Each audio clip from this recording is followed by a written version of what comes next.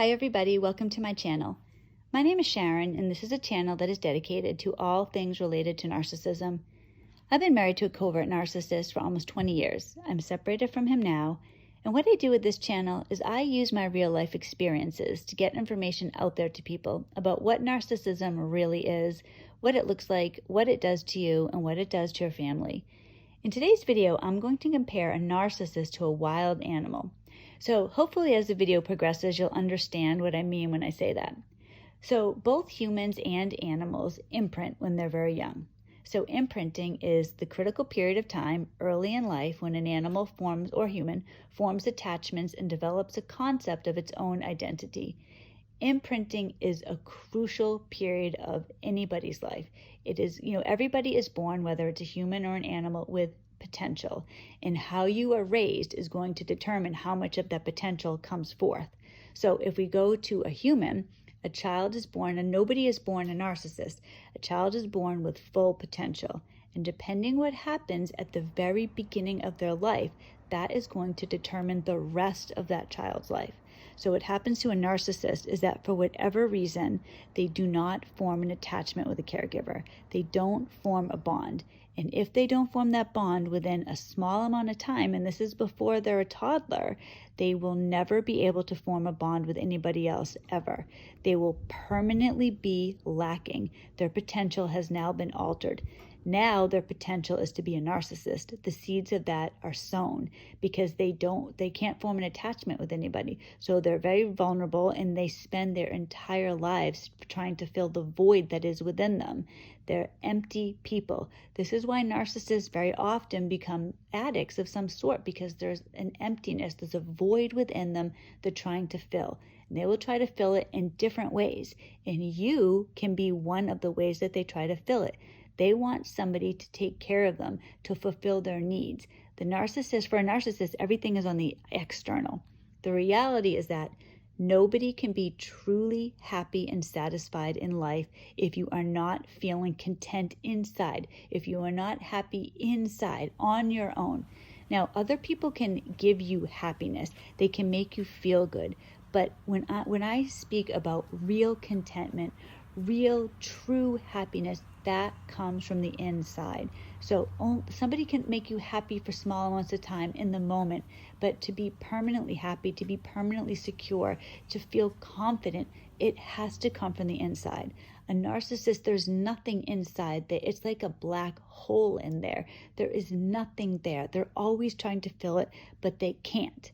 Now, when the narcissist is a child, they're not, so like I said, they're not born a narcissist, but they start becoming a narcissist. And a narcissist are like chameleons. They take on the environment around them. They adapt to what is around them. So when they grow up, their narcissism is starting to grow. The layers of that are starting to come on. They're learning to act. They're learning to pretend. They're learning to be somebody that they're not. They're learning to take things from other people, take advantage of other people. But typically they're not going to cause a lot of problems for their parents as children, because they accept their parent as their better, for lack of a better term. They consider, they grow up, they're beneath the parent, and they don't try to overcome that when they're children. They might later, but when they're children, they don't. So you don't know that the person is a narcissist. So if you know somebody as a child, you're not going to see the narcissism in them. I mean, you might see them as being selfish or a little different, but you're not going to see the narcissism as the way that you will when they're older, when they're adults, when they're on their own. But as children, they grow up, they're becoming that narcissist. They are the narcissist. It's just that the full expression of it doesn't come out until they are adults. So by the time you are in a relationship with a narcissist, they are a full-blown narcissist. Their lies have been perfected. They are now a completely phony person who takes advantage of other people, and you can't compete with that. If you are not a narcissist, you cannot compete with somebody that has been practicing this since childhood. They are seasoned professionals. The only thing you can do is get away from them. They can't be changed. Once they have reached the potential that they now have, that is permanently who they are. The only thing they can do is act, because they're not going to be able to go inside themselves and fill a void that needed to be filled when they were very young. Now, it's similar to an animal. An animal is born with a potential. It has the potential to be a wild animal. If for some reason it doesn't imprint on its parent, if it doesn't form that attachment, now it's altered. Its life is going to be drastically different. With an animal, it's a little different because it doesn't mean that life is going to be bad, but they can't be a wild animal. So a few things could happen. Now, in some cases with wild animals, they can be abandoned by their parents, and in that case, they're going to die.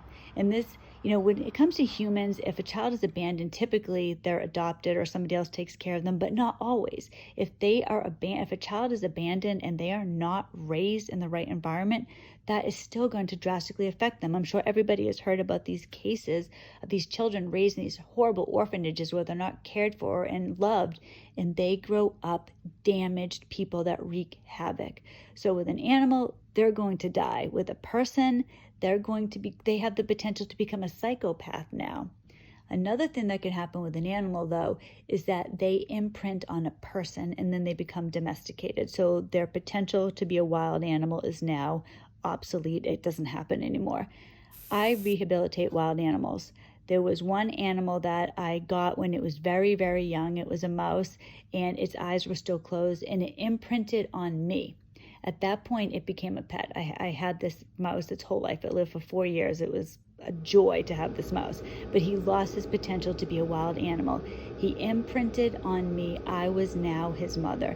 He was not afraid of humans anymore. He actually never saw another mouse his whole life. He was a human in his own eyes. He loved humans. He liked being with us. You'd go to his cage, he would rush out. He wasn't afraid anymore.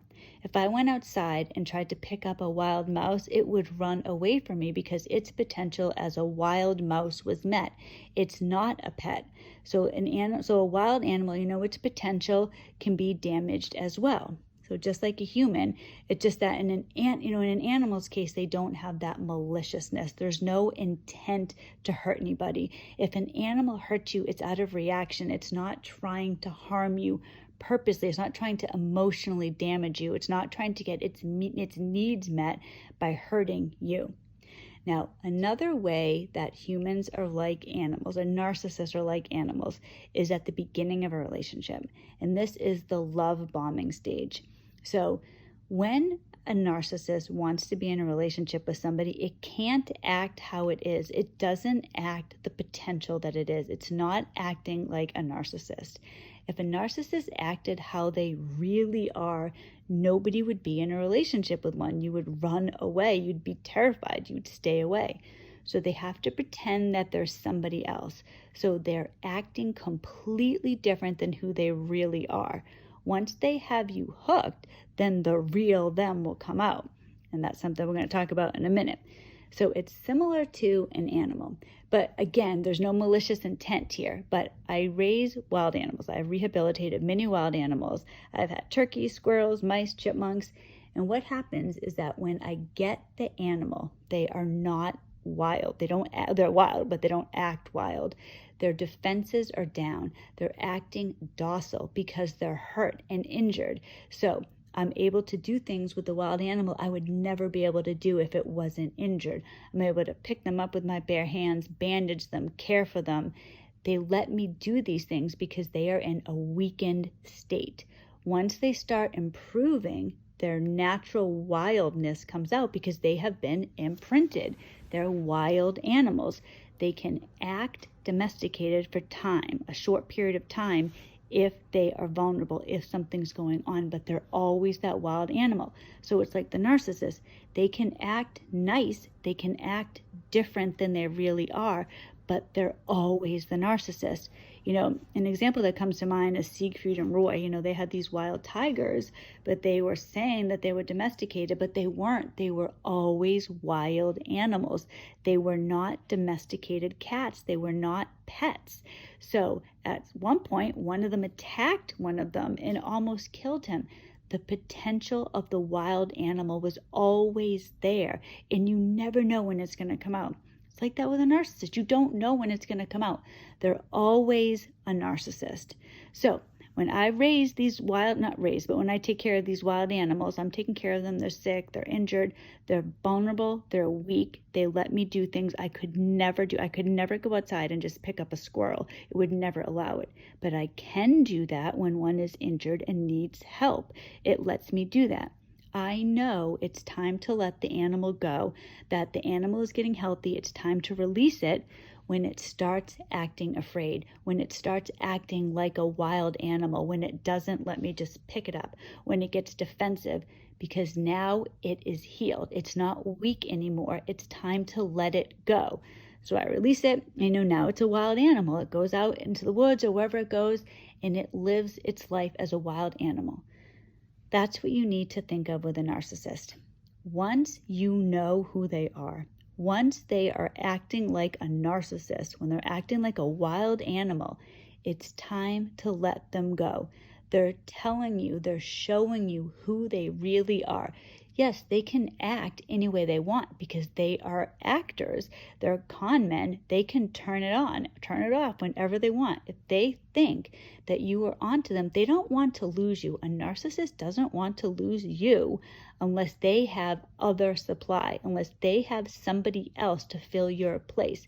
If they don't want to lose you. So don't get tricked if they start acting like they used to at the beginning of the relationship. This happens to so many people. This has happened to me so many times. I'll think, oh my gosh, he's changing. He's becoming the man that he used to be.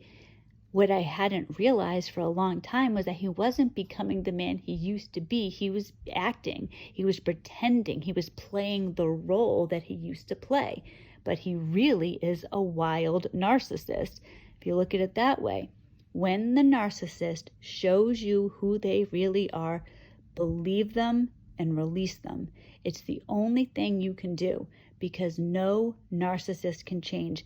They are like a wild animal. I am never going to go outside and pick up a squirrel and bring it into my house and have it be domesticated and sleep on my bed and be super friendly and feed from my hand. It will never happen. It can only happen if the animal is weakened. And once it is better, it's going to go off. Unless I have it when it's very young and it imprints. Because you could take the same child, somebody who's a narcissist, if you could revert it back to a child and raise it in a different environment, yes, then it wouldn't be a narcissist. It would reach its potential to be a good human, but it wasn't raised that way, so you can't go back. I hope this video was helpful. I hope it made sense. I hope you liked it. If you did, please give it a thumbs up. Please like the video. Please subscribe to the channel. And if all goes well, I will see you all on Friday. Thank you.